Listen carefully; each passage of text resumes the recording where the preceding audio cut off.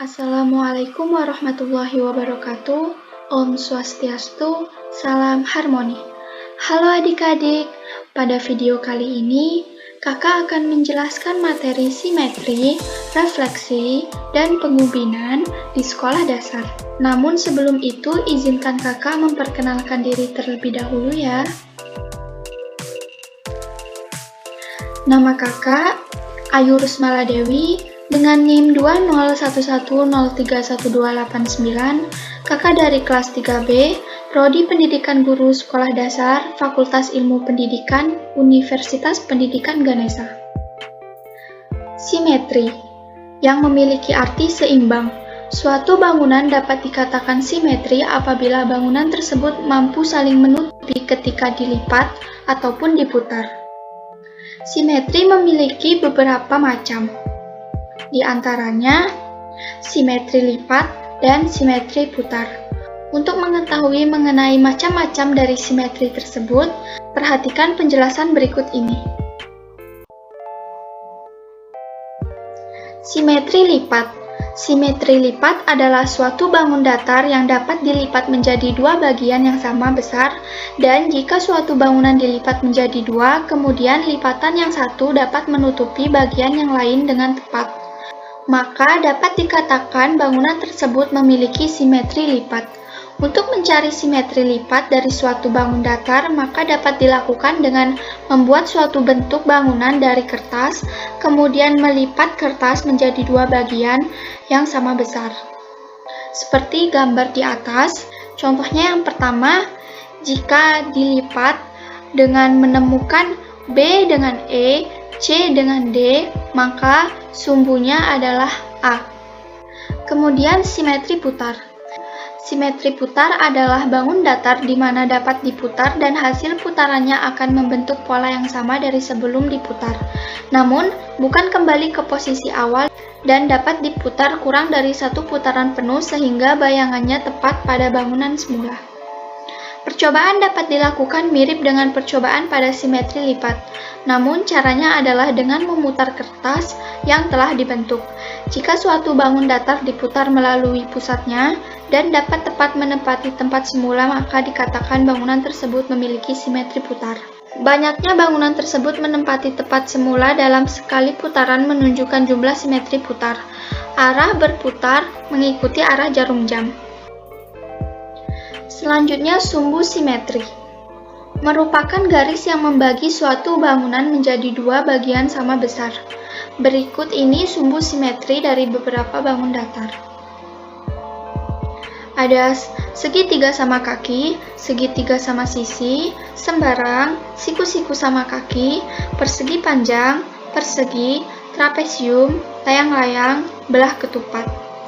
Segitiga sembarang tidak memiliki sumbu karena ia tidak memiliki simetri lipat. Jumlah simetri lipat, simetri putar, dan sumbu simetri pada beberapa bangun datar. Perhatikan gambar berikut ini. Di sini persegi, persegi panjang, belah ketupat, dan segitiga sama sisi memiliki simetri lipat, simetri putar, dan sumbu simetri. Kemudian seperti yang telah dikatakan tadi, bahwa segitiga sembarang tidak memiliki sumbu simetri karena tidak dapat simetri lipat maupun simetri putar. Kemudian untuk segitiga siku-siku, trapesium, dan layang-layang hanya memiliki simetri lipat dan sumbu simetri. Dan untuk mengetahui lebih jelas bisa diperhatikan kembali tabel ini. Kemudian refleksi atau pencerminan. Di sini adik-adik pasti pernah bercermin kan? Nah, ketika kita bercermin, pasti kita dapat melihat bayangan wajah atau tubuh kita pada cermin tersebut. Namun, apabila kita perhatikan kembali, bayangan yang ada di cermin posisinya terbalik, di mana tangan kanan kita akan tampak menjadi tangan kiri di cermin, begitu pula sebaliknya, tangan kiri kita akan tampak seperti tangan kanan ketika di cermin tersebut. Pengertian dari refleksi atau pencerminan. Pencerminan atau bisa disebut dengan refleksi pada bangun datar merupakan sebuah transformasi atau perpindahan suatu titik pada bangun datar dengan menggunakan sifat benda dan bayangan pada sebuah cermin datar. Oleh karena itu, kalian harus memahami terlebih dahulu mengenai sifat-sifat pencerminan pada bangun datar. Sifat-sifat pencerminan pada bangun datar. Yang pertama, objek dan bayangan akan selalu sama. Kemudian, jarak setiap titik yang ada pada objek terhadap cermin sama persis dengan jarak setiap titik yang ada pada bayangan terhadap cermin. Bisa dikatakan dengan S sama dengan S aksen.